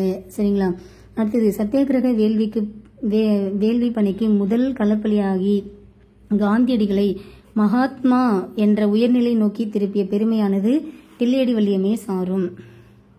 அடுத்து இவங்களுக்கு வந்து அரசு என்னென்ன சிறப்பு செய்திருக்கு அப்படின்னாக்கா தமிழ்நாடு அரசானது தில்லையாடியில் வள்ளியம்மைக்கு சிலை நிறுவியிருப்பாங்க. அடுத்து கோஆப்டெக்ஸ் அப்படின்ற நிறுவனமானது அது வந்து ஒரு நெசவாளர் கூட்டுறவு சங்கமா அவங்க என்ன பண்ணிருப்பாங்கனாக்கா சென்னையில் உள்ள தன்னுடைய 600வது விற்பனை மையத்திற்கு தில்லையாடி வள்ளியம்மை மாளிகை என பெயர் சுட்டி பெருமைப்படுத்தியிருப்பாங்க. அடுத்தது சென்னை வண்டலூர் உயிரியல் பூங்காவில் பிறந்த பெண் புலிக்குட்டிக்கு தில்லையாடி வள்ளியம்மை நினைவாக வள்ளி அப்படின்ற பெயர் சூட்டப்பட்டுள்ளது. ஓகேங்களா. அடுத்தது இவங்களுக்கு அஞ்சல் தலை அப்படின்றது 2006 வந்து வழங்கப்பட்டது. சரிங்களா. ஸோ கிபி 2000 அப்படின்றது இருக்கு, ஆனால் 2006. ஓகேங்களா. இதை நீங்கள் பார்த்துக்கோங்க. ஸோ தில்லையாடி வள்ளியம்மை பொறுத்த வரைக்கும் அவங்க வந்து 1898 பிறந்தாங்க. சரிங்களா. 1898 பிறந்தாங்க. தென்னாப்பிரிக்காவில் ஜோகன்ஸ்பர்க் அப்படின்ற இடத்துல பிறந்திருப்பாங்க. இவங்க பெற்றோர் வந்து முனுசாமி அப்படின்றவர் பாண்டிச்சேரி சேர்ந்தவங்க, தில்லையாடியை சேர்ந்த மங்கலம். இவங்க வந்து நாகை மாவட்டம் திருவாரூரில் வாழ்ந்து வந்தாங்க. அப்பொழுது வந்து நெசவு தொழிலை செஞ்சு வந்திருக்காங்க தமிழ்நாட்டில் இருந்தப்ப. அதுக்கப்புறமேட்டுக்கா தென்னாப்பிரிக்காவுக்கு போயிட்டு காய்கறி கடையை வந்து வச்சு குடும்பம் நடத்திட்டு வந்திருக்காங்க. வீர தமிழ் மங்கை அப்படின்ற சிறப்பெயர் பெற்றவங்க தான் தில்லையாடி வள்ளியம்மை. ஓகேங்களா. அவங்களுடைய குடும்ப வாழ்க்கைன்றது நல்லா தான் போயிட்டு இருந்துச்சு. அதுக்கப்புறமேட்டுக்கா 1913 இந்த காலகட்டத்தில் தென்னாப்பிரிக்க நாட்டின் திருமண பதிவு சட்டப்படியும் கிறிஸ்துவ மத சட்டப்படியும் நடைபெற திருமணங்கள் செல்லாது அப்படின்ற மாதிரி அந்த நாட்டு உச்சநீதிமன்ற தீர்ப்பு கொடுத்துருக்கோம். அதை எதிர்த்து வந்து அங்க இருந்தவங்களாம் போராட்டம் பண்ணியிருப்பாங்க. அதே வருஷத்துல டிசம்பர் 23 போராட்டம் பண்ணிட்டு இருக்கப்ப வள்ளியம்மை வந்து கைது பண்ணிடுவாங்க. அதான் எந்த இடத்துல அப்படின்னாக்கா வால்க் ட்ரஸ்ட் அப்படின்ற இடத்துல வந்து கைது செய்யப்பட்டு கிட்டத்தட்ட 3 மாதம் கடுங்காவல் தண்டனை அப்படின்றது கொடுத்திருப்பாங்க. பிப்ரவரி 22 தன்னுடைய 16வது அகவையில் இயற்கை எதிர்ப்பாங்க. ஓகேங்களா. ஸோ அப்பொழுதுக்கு காந்தியடிகள் வந்து என்ன சொல்லியிருப்பாங்க அப்படின்னாக்கா அவங்கள பற்றி 3 விஷயம் சொல்லியிருப்பாங்க. நம்பிக்கை தான் உங்களோட ஆயுதம் என்று வள்ளியம்மை குறித்து காந்தியடிகள் தன்னுடைய எந்த நூலில் சொல்லியிருப்பாங்கனாக்கா இந்தியன் ஒப்பீனியன் அப்படின்ற நூலில் சொல்லியிருப்பாங்க. அடுத்தது செகண்ட் என்ன சொல்லியிருப்பாங்க அப்படின்னாக்கா என்னுடைய சகோதரின் மரணத்தை விடவும் வள்ளியம்மையோட மரணமானது எனக்கு பேரிடியாக இருந்தது அப்படின்னு சொல்லியிருப்பாங்க. அடுத்தது 3வது என்ன சொல்லியிருப்பாங்க அப்படின்னாக்கா தென்னாப்பிரிக்க வரலாற்றில் வள்ளியம்மையின் பெயர் என்றும் நிலைத்து நிற்கும் என்று தன்னுடைய தென்னாப்பிரிக்காவின் அதாவது தென்னிந்தியாவின் சத்தியாகிரகம் அப்படின்ற நூலில் வந்து காந்தியடிகள் குறிப்பிட்டிருப்பாரு. ஓகேங்களா. அதே மாதிரி காந்தியடிகளை மகாத்மா என்ற உயர்நிலை நோக்கி திருப்பிய பெருமையானது யாரை சாரும் அப்படின்னாக்கா தில்லையாடி வள்ளியம்மை. இது எல்லாமே கொஸ்டின் கேட்டிருக்காங்க. ஓகேங்களா ஆஃபீஸர். ஸோ இவங்களை பற்றி கொஸ்டின்றது கண்டிப்பாக கேட்பாங்க, ரொம்ப முக்கியமானது. அப்புறம் இவங்களுக்கு தமிழக அரசுன்னு பார்த்தீங்கன்னாக்கா தில்லையாடி அப்படின்ற ஊரில் அந்த தில்லையாடியில் வந்து வள்ளியம்மைக்கு வந்து சிலை நிறுவியிருப்பாங்க. ஓகேங்களா. ஏன்னா வந்து தில்லையாடின்றது அவங்க அம்மாவுடைய ஊர். ஓகேங்களா. அந்த இடத்துல வள்ளியம்மைக்கு சிலை நிறுவியிருப்பாங்க. கோஆப்டெக்ஸ் அப்படின்ற நெசவாளர் கூட்டுறவு சங்கமானது சென்னையில் தன்னுடைய 600வது விற்பனை மையத்திற்கு தில்லையாடி வள்ளியம்மை என்ற பெயர் சூட்டியிருப்பாங்க. சென்னை வண்டலூர் உயிரியல் பூங்காவில் பிறந்த பெண் புலிக்குட்டிக்கு வள்ளி என்ற பெயர் சூட்டியிருப்பாங்க. அப்புறம் இவங்களுக்கு அஞ்சல் தலை அப்படின்றது கொடுக்கப்பட்டது. ஓகே ஆஃபீஸர், நான் இப்போ நெட்டில் சர்ச் பண்ணேன். ஓகேங்களா. ஸோ தில்லையாடி வள்ளியம்மை இவங்க தான் தில்லையாடி வள்ளியம்மை. ஸோ இவங்களுக்கு வந்து இதுதான் வந்து அஞ்சல் தலை. ஓகேங்களா. ஸோ தில்லையாடி வள்ளியம்மைன்னு இருக்குங்களா. இவங்களுக்கு அஞ்சல் தலை எப்போ வெளியிட்டப்பட்டுன்னு சொல்லியிருக்காங்க 2008 அப்படின்னு கொடுத்துருக்காங்க. சரிங்களா. ஸோ இதுக்கான ஆன்சர் வந்து 2008 நோட் பண்ணிக்கோங்க. ஓகேங்களா. ஸோ தில்லையாடி வள்ளியம்மை 2008 அஞ்சல் தலை வெளியிடப்பட்டது நோட் பண்ணிக்கோங்க. சரிங்களா ஆஃபீஸர். ஓகே நெக்ஸ்ட் பார்க்கலாங்க. ஸோ இவங்களுக்கு அஞ்சல் தலை எப்போ கொடுக்கப்பட்டது 2008. ஓகேங்களா. 2008 இவருக்கு அஞ்சல் தலை வழங்கப்பட்டது. சரி ஓகே, நம்ம ரிவிஷன் பண்ணிடலாமா? டைம் எடுத்தாலும் பரவாயில்ல, ஒரு கண்டென்ட் நீங்கள் படிக்கிறீங்கன்னாக்கா அதை அப்போவே வந்து தெளிவாக தரவு படிச்சிடணும். ஓகேங்களா. ஸோ யார் அப்படின்னாக்கா வள்ளியம்மை, தில்லையாடி வள்ளியம்மை. இவங்க வந்து எங்கே பிறந்தாங்க அப்படின்னாக்கா தென்னாப்பிரிக்காவில் ஜோகன்ஸ்பர்க், தென்னாப்பிரிக்காவில் உள்ள ஜோகன்ஸ்பர்க் அப்படின்ற இடத்துல தான் வந்து பிறக்கிறாங்க. எந்த ஆண்டு பிறக்கிறாங்க? 1898 பிறக்கிறாங்க. 1898 பிறக்கிறாங்க. ஓகேங்களா, 1898 பிறக்கிறாங்க. அதுக்கப்புறமேட்டுக்கா இவங்க அப்பா பேர் வந்து என்ன அப்படின்னாக்கா முனுசாமி. அவங்க அப்பா பேர் முனுசாமி. இவர் வந்து புதுச்சேரியை சார்ந்தவர். அவங்க அம்மா பேர் வந்து மங்களம். அவங்க அம்மா வந்து என்ன ஊரை சார்ந்தவங்க அப்படின்னாக்கா தில்லையாடி அப்படின்ற ஊரில் சார்ந்தவங்க. இவங்க வந்து ஃபேமிலியாக வந்து தில்லையாடி அப்படின்ற ஊரில் நாகை மாவட்டத்தில் இருக்குது. ஓகேங்களா, ஸோ அவங்க அம்மா ஊரில் தான் வந்து வாழ்ந்து வந்திருக்காங்க. அங்கே வாழ்ந்த காலகட்டத்தில் என்ன பண்ணிடுறாங்க அப்படின்னாக்கா நெசவு தொழில் செஞ்சுட்டு வந்திருக்காங்க. அதுக்கப்புறமேட்டுக்கா தான் வந்து ஃபேமிலியோடு எங்கே போயிடுறாங்க அப்படின்னாக்கா தென்னாப்பிரிக்காவை போயிடுறாங்க. சரிங்களா, ஸோ தென்னாப்பிரிக்காவை போயிட்டு அங்கே வந்து ஒரு காய்கறி கடை வச்சு ஃபேமிலி ரன் பண்ணிகிட்ருக்காங்க. அப்போ வந்து என்ன நடக்குது அப்படின்னாக்கா அந்த தென்னாப்பிரிக்க உச்சநீதிமன்றம் வந்து ஒரு தீர்ப்பு வழங்குது. எப்போ அப்படின்னாக்கா 1913 என்ன சொல்கிறேன் அப்படின்னாக்கா இந்த மாதிரி தென்னாப்பிரிக்க நாட்டின் திருமண பதிவு சட்டப்படியும் கிறிஸ்துவ மத சட்டப்படியும் நடைபெற திருமணங்கள் செல்லாது அப்படின்ற மாதிரி வந்து சொல்லியிருப்பாங்க. இதை எதிர்த்து வந்து போராட்டம் நடந்துட்டுருக்கோம். அப்போது 1913 டிசம்பர் 23 இந்த டேட்டில் நல்லா நோட் பண்ணிக்கணும். எந்த இடத்துல அப்படின்னாக்கா வால்க்ரெஸ்ட்.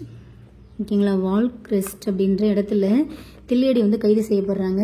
கைது செய்யப்பட்டு கிட்டத்தட்ட 3 மாதம் கடுங்காவல் தண்டனை வழங்கப்பட்டு 1914 பிப்ரவரி 22 3 மாதம் கடுங்காவல் தண்டனைக்கு அப்புறமேட்டுக்கா இவங்க இயற்கை எழுதிடுறாங்க. எத்தனையாவது அகவையில் அப்படின்னாக்கா தன்னுடைய 16வது அகவையில் இயற்கை எழுதிடுறாங்க. இதெல்லாம் பார்த்த காந்தியடிகள் வந்து என்ன சொல்கிறார் அப்படின்னாக்கா 3 விஷயம் சொல்கிறாரு. ஃபர்ஸ்ட் என்ன சொல்கிறார் அப்படின்னாக்கா நம்பிக்கை தான் வந்து அவங்களுடைய ஆயுதம் அப்படி சொல்லிட்டு எதில் சொல்லியிருப்பாங்கனாக்கா தன்னுடைய இந்தியன் ஒப்பீனியன் அப்படின்ற நூலில் சொல்லியிருப்பாரு. அது மட்டும் இல்லாமல் தன்னுடைய சகோதரியின் மரணத்தை விடவும் தில்லையாடியுடைய மரணம் அப்படின்றது பேரிடியாக இருந்துச்சு அப்படின்னு சொல்லியிருப்பாரு. அடுத்தது தென்னாப்பிரிக்க வரலாற்றில் வள்ளியம்மையின் பேர் என்றும் நிலைத்திருக்கும் அப்படின்ற மாதிரி தன்னுடைய தென்னாப்பிரிக்க சத்தியாகிரகம் அப்படின்ற நூலில் வந்து சொல்லியிருப்பார். யார் அப்படின்னாக்கா காந்தியடிகள். அதே மாதிரி காந்தியடிகளை மகாத்மா என்ற உயர்நிலையை நோக்கி திருப்பிய பெருமையானது வள்ளியம்மை தான் சாரும். இவங்களுக்கு நம்ம தமிழக அரசு என்ன பண்ணியிருப்போம் அப்படின்னாக்கா தமிழக அரசு என்ன பண்ணியிருப்பாங்க தில்லையாடியில் வந்து வள்ளியம்மைக்கு ஒரு சிலை வச்சுருப்பாங்க. சரிங்களா, தில்லையாடி அப்படின்ற ஊரில் வள்ளியம்மைக்கு வந்து என்ன பண்ணியிருப்பாங்க ஒரு சிலை நிறுவியிருப்பாங்க. அடுத்து கோஆப்டெக்ஸ் அப்படின்ற ஒரு நெசவாளர் கூட்டுறவு சங்கமானது என்ன பண்ணியிருப்பாங்க அப்படின்னாக்கா தன்னுடைய 600வது சென்னையில், ஓகேங்களா, எங்கன்னா சென்னையில் தொடங்கப்பட்ட தன்னுடைய 600வது விற்பனை மையத்திற்கு தில்லையாடி வள்ளியம்மை பெயர் வந்து சொல்லியிருப்பாங்க. அடுத்தது சென்னை வண்டலூர் ஜூவில் பிறந்த ஒரு பெண் புலிக்குட்டிக்கு வள்ளி அப்படின்ற பெயர் சூட்டியிருப்பாங்க. அப்புறம் இவங்களுக்கு 2008 அஞ்சல் தலை வழங்கப்பட்டது. 2008 அஞ்சல் தலை வழங்கப்பட்டது. இவ்வளோதான் ஆஃபீஸர். ஸோ இவங்களை பற்றி கண்டென்ட் இதுதான். ஓகேங்களா, தெளிவாயிட்டீங்களா? இன்னும் நமக்கு யார் இருக்கானாக்கா ராணி மங்கம்மாள், அடுத்தது அஞ்சலி அம்மாள், அம்புஜத்தம்மாள், அசலாம்பிகை. ஸோ இவங்களை பற்றிலாம் கண்டென்ட் கம்மி தான், டக்குன்னு முடிச்சிடலாம் வாங்க. ஸோ ராணி மங்கம்மாள் பொறுத்த வரைக்கும் ஒரு கொஸ்டின் ரிப்பீட்டடாக கேட்பாங்க. அதை நான் சொல்கிறேன் நான் உங்களுக்கு. ஸோ ஃபஸ்ட்டு பாருங்கள், மதுரையை ஆண்டு வந்த சொக்கநாத நாயக்கரின் மனைவி தான் இந்த ராணி மங்கம்மாள். இவங்களுடைய தளபதி யார் அப்படின்னாக்கா நரசப்பையன். எல்லாமே நோட் பண்ணிக்கோங்க. எந்த பகுதி? மதுரை. ஹஸ்பண்ட் நேம் என்ன? சொக்கநாத நாயக்கர். அவங்க தளபதி பேர் என்ன? நரசப்பையன். ஓகேங்களா. ராணி மங்கம்மாளுடைய பையன் யார் அப்படின்னாக்கா அரங்க கிருட்டிணமுத்து வீரப்பன். சரிங்களா. அரசாட்சியை அடக்கத்தோடும் தந்திரத்தோடும் நாம் நோக்க வேண்டும். முன்கோபமும் அதன் விளைவும் அரசியலில் ஒருபோதும் வெற்றியை தராது. பகைவரை எதிர்கொள்ள எப்பொழுதும் ஆயத்தினில் இருப்பதோடு மிகுந்த பொறுமையுடனும் செயல்பட வேண்டும் அப்படின்னு சொன்னது யார் அப்படின்னாக்கா ராணி மங்கம்மாள் சொல்லியிருப்பாங்க. நாட்டை ஆளும் பொறுப்புக்கு வந்துவிட்டால் அனைவரையும் தம் குழந்தைகள் போல எண்ணி அன்பு செலுத்த வேண்டும் அப்படின்னு சொன்னது இவங்க தான் சொல்லியிருப்பாங்க. நேர்மையை காட்டிலும் உயர்ந்த தெய்வம் இல்லை என்ற உணர்வோடு ஆட்சி செய்தவர் யார் அப்படின்னாக்கா அரங்க கிருட்டின முத்து வீரப்பன் ஆவார். எல்லாமே இம்பார்ட்டன்ட் நோட் பண்ணிக்கோங்க. அடுத்தது இது மார்க் பண்ணிருக்கு பார்த்தீங்களா. இதெல்லாம் வந்து ரிப்பீட்டடாக மங்கம்மாள் பற்றி, ராணி மங்கம்மாள் பற்றி கொஸ்டின் இந்த கொஸ்டினை கேட்குறாங்க. என்ன அப்படின்னாக்கா ஒவ்வொருவரும் தாம் சிறந்ததாக கருதும் சமயத்தை கை கொண்டு வாழிடுவதே தர்மம் அப்படின்னு சொன்னது யார் அப்படின்னாக்கா ராணி மங்கம்மாள். இவங்க 1696 திருவிதாங்கூர் போரில் ரவிவர்மாவை தோற்கடிச்சிருப்பாங்க. எப்போ? 1696. அடுத்தது இது ரொம்ப முக்கியமானது. கன்னியாகுமரிக்கும் மதுரைக்கும் இடையே உள்ள சாலையானது ராணி மங்கம்மாள் சாலை என்று அழைக்கப்பட்டது. கன்னியாகுமரிக்கும் மதுரைக்கும் இடையே உள்ளது. மங்கம்மாள் மத்திய சந்தை, மதுரை கல்லூரி, உயர்நிலை பள்ளி கட்டடம், ராமநாதபுரம் மாவட்ட ஆட்சித்தலைவரின் பழைய அலுவலகம், அன்னச்சித்திரம், புதிய சாலைகள் என பலவற்றை உருவாக்கியிருக்காங்க. ஸோ இவங்களை பற்றி என்னென்ன இருக்குது? மதுரை ஆட்சி செய்தவர் தான் சொக்கநாத நாயக்கர். அவங்களுடைய மனைவி தான் ராணி மங்கம்மாள். அவங்க தளபதி நரசப்பையன். பையன் பேர் அரங்க கிருட்டின முத்து வீரப்பன். இவங்க வந்து 3 கூற்று சொல்லியிருப்பாங்க. அரசாட்சி அப்படின்றது நம்ம வந்து பொறுமையோட செயல்படணும் அப்படின்னு சொல்லியிருப்பாங்க. அடுத்தது அனைவரிடையும் வந்து நம்ம வந்து குழந்தைகள் போல் எண்ணி அன்பு செலுத்த வேண்டும் சொல்லியிருப்பாங்க. அடுத்தது நேர்மை தான் வந்து முக்கியம், அதை தாண்டி நமக்கு உயர்ந்த தெய்வம் இல்லைன்னு சொல்லியிருப்பாங்க. அதற்கு ஈடாக ஆட்சி செய்தவர் தான் யார் அப்படின்னாக்கா அரங்க கிருட்டின முத்து வீரப்பன், அதாவது அவங்களுடைய பையன். அப்புறம் ஒவ்வொருவரும் தாம் சிறந்த சமயத்தை கை கொண்டு வாழுடைய தர்மம், இதை சொன்னது யார் அப்படின்னாக்கா ராணி மங்கம்மாள். இவங்க திருவிதாங்கூர் போர்ல ரவிவர்மாவை 1696 தோற்கடித்தாங்க. இதை நோட் பண்ணிக்கோங்க. அடுத்தது கன்னியாகுமரிக்கும் மதுரைக்கும் இடையே உள்ள சாலையானது ராணி மங்கம்மாள் சாலை என்று அழைக்கப்பட்டது. இதுதான் நமக்கு ராணி மங்கம்மாள் பொறுத்த வரைக்கும் கூற்று. ஓகேங்களா? ஸோ ராணி மங்கம்மாள் டக்குன்னு ரிவிஷன் பண்ணிடலாம். அவங்க ராணி மங்கம்மாள் மதுரை ஆட்சி செய்த சொக்கநாத நாயக்கர். ஓகேங்களா? மதுரை ஆட்சி செய்த சொக்கநாத, ஓகே இங்கே வச்சு எழுதுறேன். மதுரை ஆட்சி செய்த சொக்கநாத நாயக்கர். தளபதி யாரு? நரசப்பையன். ஓகேங்களா? தளபதி யாரு? நரசப்பையன். அடுத்தது அவங்க பையன் பேர் என்ன? அரங்க கிருட்டின முத்து வீரப்பன். ஓகேங்களா? அவங்க பையன் பேர் வந்து அரங்க கிருட்டின முத்து வீரப்பன். இவங்க வந்து 3 விஷயம் சொல்லியிருப்பாங்க. பொறுமையுடன் வந்து செயல்படணும், அனைவரையும் வந்து அன்பு செலுத்தணும், அப்புறம் ஒவ்வொரும் தாம் சிறந்த சமயத்தை கை கொண்டு வாழ் தர்மம் இதெல்லாம் சொல்லியிருப்பாங்க. அப்புறம் நேர்மை காட்டிலும் உயர்ந்த தெய்வம் இல்லை என்பதற்கு இணங்க செயல்பட்டதுதான் அரங்க கிருட்டின முத்து வீரப்பன். அப்புறம் கன்னியாகுமரிக்கும் மதுரைக்கும் இடையே உள்ள சாலை ராணி மங்கம்மாள் சாலை எனப்பட்டது. திருவிதாங்கூர் போரில் ரவிவர்மாவை 1696 தோற்கடித்தார். இதுதான் நமக்கு ராணி மங்கம்மாள். அடுத்தது அஞ்சலி அம்மாள். தென்னாட்டின் ஜான்சி ராணி என்று காந்தியடிகளால் அழைக்கப்பட்டார். First point important. தென்னாட்டின் ஜான்சி ராணி என்று காந்தியடிகளால் அழைக்கப்பட்ட யாரு? அஞ்சலி அம்மாள். ஓகேங்களா? அடுத்தது அஞ்சலி அம்மாள் 1921 தனது பொது வாழ்க்கையை தொடர்ந்திருப்பாங்க. இவங்க நீல் சிலை, அதாவது வந்து நீலன் அவருடைய சிலை அகற்றும் போராட்டம், அப்புறம் உப்பு காய்ச்சும் போராட்டம், மறியல் போராட்டம், தனியால் அற போராட்டம், வெள்ளையனே வெளியேறு அப்படின்ற மாதிரி பல போராட்டங்களில் கடலூர், திருச்சி, வேலூர் ஆகிய பகுதியில் கலந்து கொண்டு பெல்லாரி சிறையில் அடைக்கப்பட்டார். எந்த சிறை நோட் பண்ணிக்கோங்க? பெல்லாரி சிறை. இவங்க நீல் சிலை அகற்றும் போராட்டத்தில் தனது 9 வயது மகளான அம்மா கண்ணுவை ஈடுபடுத்தியிருப்பாங்க. இது முக்கியமானது. நீல் சிலை அகற்றும் போராட்டத்தில் தன்னுடைய 9 வயது மகள் யாருனாக்கா அம்மா கண்ணு ஈடுபடுத்தியிருப்பாங்க. அப்போ வந்து காந்தியடிகள் வந்து சிறைச்சாலைக்கு போயிட்டு இந்த அம்மா கண்ணை கூட்டு வந்திருப்பாரு. கூட்டு வந்துட்டு லீலாவதி என பெயரிட்டு குஜராத்தில் வார்தாவில் ஆசிரமத்துக்கு அழைத்து சென்றார். இதுதான் நமக்கு அஞ்சலி அம்மாள் கண்டென்ட். ஓகேங்களா? ஸோ அஞ்சலி அம்மாள் பொறுத்த வரைக்கும் தென்னாட்டின் ஜான்சி ராணி. அஞ்சலி அம்மாள் தென்னாட்டின் ஜான்சி ராணி அப்படி சொன்னது யாரு? காந்தி சொல்லியிருப்பார். தென்னாட்டின் ஜான்சி ராணினா அஞ்சலி அம்மாள், காந்தி சொல்லியிருப்பாரு. இவங்க நீல் சிலை அகற்றும் போராட்டத்தில் தன்னுடைய 9 வயது மகளான அம்மா கண்ணுவை ஈடுபடுத்தியிருப்பாங்க. அதனால வந்து சிறைச்சாலையில் வந்து அம்மா கண்ணு இருந்திருப்பாங்க. அப்போ வந்து காந்தியடிகள் வந்து இந்த அம்மா கண்ணை வந்து கூட்டு போயிட்டு லீலாவதி என்ன பெயரிட்டிருப்பாங்க? லீலாவதி என்ற பெயரிட்டு குஜராத்தில் உள்ள ஒரு ஆசிரமத்தில், ஓகேங்களா, அதாவது குஜராத்தில் வார்தாவில் உள்ள ஆசிரமத்தில் அழைத்து சென்று அங்கே வந்து வளர்த்துட்டு இருந்திருப்பார். ஓகேங்களா? இதான் நமக்கு அஞ்சலி அம்மாள் பொறுத்த வரைக்கும். அஞ்சலி அம்மாள்னாலே வந்து கடலூர். ஓகேங்களா? அவங்க வந்து கடலூர் சார்ந்தவங்க. நெக்ஸ்ட் பாருங்க, அம்புஜத்தம்மாள். காந்தியடிகளின் தத்தெடுக்கப்பட்ட மகள் என்று அழைக்கப்பட்ட அம்புஜத்தம்மாள். காந்தியடிகளின் தத்தெடுக்கப்பட்ட மகள்னா அம்புஜத்தம்மாள். தென்னாட்டின் ஜான்சி ராணி என்று காந்தியடிகள் அழைக்கப்பட்ட அஞ்சலி அம்மாள். காந்தியடிகளின் தத்தெடுக்கப்பட்ட மகள்னா அம்புஜத்தம்மாள். ஓகேங்களா? இவங்க நிறுவன தொண்டு நிறுவனத்து பெயர் வந்து என்ன அப்படின்னாக்கா சீனிவாச காந்தி நிலையம். இவங்க வந்து நான் கண்ட பாரதம் என்ற நூலை எழுதியிருக்காங்க. அப்புறம் இவங்களுக்கு பத்மஸ்ரீ விருது, தாமரை விருது வந்து 1964 கொடுக்கப்பட்டது. ஸோ அம்புஜத்தம்மாள் பொறுத்த வரைக்கும் காந்தியடிகளின் வளர்ப்பு மகள். காந்தியடிகளுடைய வளர்ப்பு மகள் யார் அப்படின்னாக்கா அம்புஜத்தம்மாள். ஓகேங்களா? ஓகே, இவங்க வந்து சீனிவாச காந்தி நிலையம் அப்படின்ற ஒரு தொண்டு நிறுவனத்தை வந்து நிறுவியிருப்பாங்க. யாரு? அம்புஜத்தம்மாள். சீனிவாச காந்தி நிலையம் என்ற தொண்டு நிறுவனத்தை நிறுவனது யாரு? அம்புஜத்தம்மாள். நான் கண்ட பாரதம் என்ற நூலை எழுதினது யாரு? அம்புஜத்தம்மாள். நான் கண்ட பாரதம் என்ற நூல் எழுதியிருப்பாங்க. இவங்களுக்கு பத்மஸ்ரீ விருது, அதாவது தாமரைத்தீ விருதுன்றது எப்போ கொடுக்கப்பட்டது? 1964 கொடுக்கப்பட்டது. ஓகேங்களா? காந்தியின் வளர்ப்பு மகள் அம்புஜத்தம்மாள். அவங்க நிறுவன தொண்டு நிறுவன சீனிவாச காந்தி நிலையம் நான் கண்ட பாரதம் என்ற நூல் எழுதியிருக்காங்க. 1964 பத்மஸ்ரீ விருது கொடுக்கப்பட்டது. ஃபைனலா அசலாம்பிகை அம்மையார். அசலாம்பிகை அம்மையார் பொறுத்த வரைக்கும் திண்டிவனம் அருகில் உள்ள ரெட்டனை அப்படின்ற ஊர்ல பிறந்திருக்காங்க. ஆத்திச்சூடி வெண்பா, திலகர் புராணம், குழந்தை சுவாமிகள் பதிகம், ராமலிங்க சுவாமிகள் சரிதம், இது முக்கியமானது. ராமலிங்க சுவாமிகள் சரிதம், காந்தி புராணம் யாருன்னா அசலாம்பிகை அம்மையார். இதெல்லாம் வந்து இவங்க தான் எழுதியிருப்பாங்க. இவங்களை இக்காலத்து ஔவையார் சொன்னது என்னக்கா திருவிக்கா. ஓகேங்களா. ஸோ அசலாம்பிகை அம்மையார் பொறுத்த வரைக்கும் எங்கே பிறந்திருக்காங்க? திண்டிவனம் அருகில் உள்ள ரெட்டனை அப்படின்ற ஊரில் பிறந்திருக்காங்க. இவங்க எழுதின நூல்கள் என்னென்ன? ஆத்திச்சூடி வெண்பா, திலகர் புராணம், குழந்தை சுவாமிகள் பதிகம், அடுத்தது ராமலிங்க சுவாமிகள் சரிதம், காந்தி புராணம். இக்காலத்து ஔவையார் சொன்னது என்னக்கா திருவிக்கா. ஸோ அசலாம்பிகை அம்மையார் பொறுத்த வரைக்கும் என்னென்ன ஞாபகம் வரும் நமக்கு? திண்டிவனம் அருகில் உள்ள ரெட்டனை அப்படின்ற ஊரில் பிறந்தாங்க. திண்டிவனத்தில் ரெட்டனை அப்படின்ற ஊரில் பிறந்திருக்காங்க. ஓகே. இவங்க எழுதினது என்னென்ன நூல்கள்? ஆத்திச்சூடி வெண்பா. என்னென்ன நூல் எழுதியிருக்காங்க? ஆத்திச்சூடி வெண்பா இவங்க எழுதியிருக்காங்க. அடுத்தது திலகர் புராணம் எழுதியிருக்காங்க. ஆத்திச்சூடி வெண்பா, திலகர் புராணம், அடுத்தது காந்தி புராணம், அடுத்தது ராமலிங்க சுவாமிகள் சரிதம். இது எல்லாமே இம்பார்ட்டன்ட் ஆஃபீஸர், எதையுமே விடக்கூடாது. ஓகேங்களா. ராமலிங்க சுவாமிகள் சரிதம், அடுத்தது குழந்தை சுவாமிகள் பதிகம்.